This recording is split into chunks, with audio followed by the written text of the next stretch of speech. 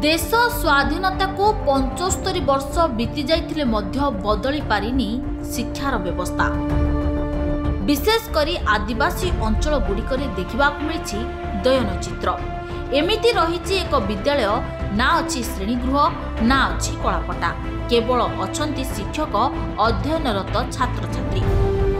पिंडारे बसी पिलांकु पढ़ाउछंती शिक्षक, जहाँकि एक चित्र शिक्षा व्यवस्था को परिहास कला भली मने हुए। देखंतु थरे दृश्य को पिला माने जेउठी खाई बसिचंती से जगह ओळा सरिबा परे पुणी पिला माने बसी पाठ पढुछंती।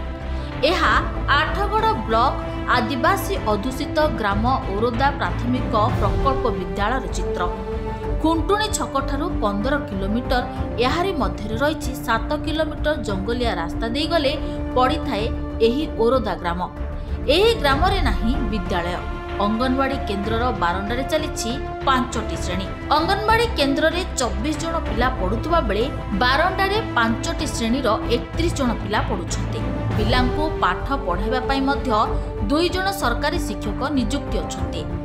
वर्षा हेले अंगनवाड़ी गृह भितर गले अंगनवाड़ी सांग को विद्यालय पाठ पढ़ा श्रेणी गृह जोगाई देवा को प्रधान शिक्षक एवं अंगनवाड़ी दीदी दाबी करछंती।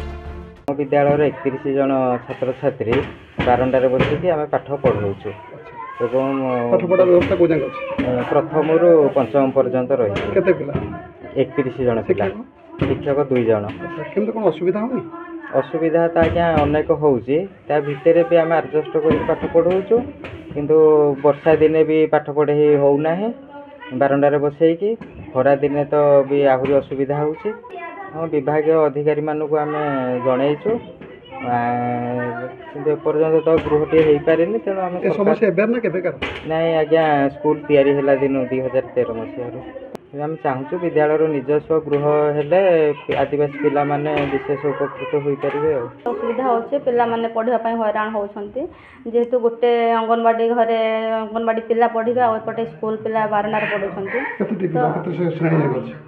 पंचम जाए अच्छी तो पढ़ा तो होती बारंडार बसिक किंतु सर पढ़ाऊँच असुविधा सर हो सर पिला बाहर पढ़ुवे माने जगह ही नहीं बसिया ना आउ पिला माने एकाठी समस्त बसिकी अंगनवाड़ी स्कूल पिला बसला को असुविधा तो हो पढ़ाई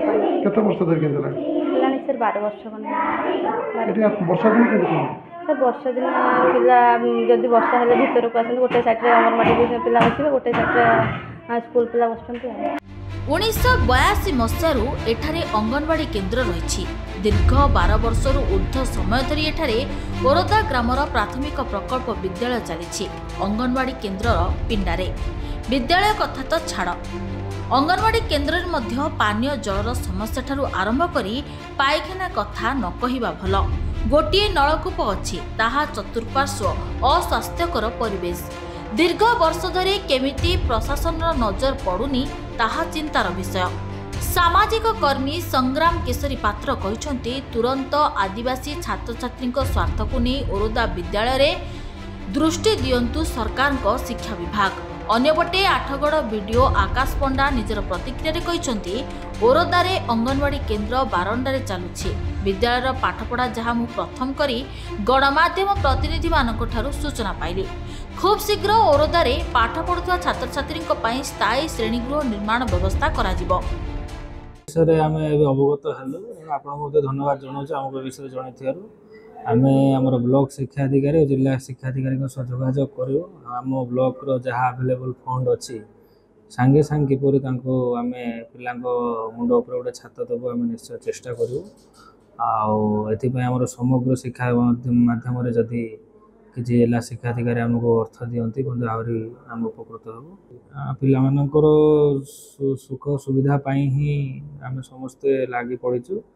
जदिओ एटा शिक्षा विभाग दायित्व रही किंतु आम घरटे किपरि शीघ्र दे पारिबु से निश्चित यत्नवान हेबु। बांकी आठगड़ू मनोज कुमार दलेंको रिपोर्ट, चर्चा न्यूज।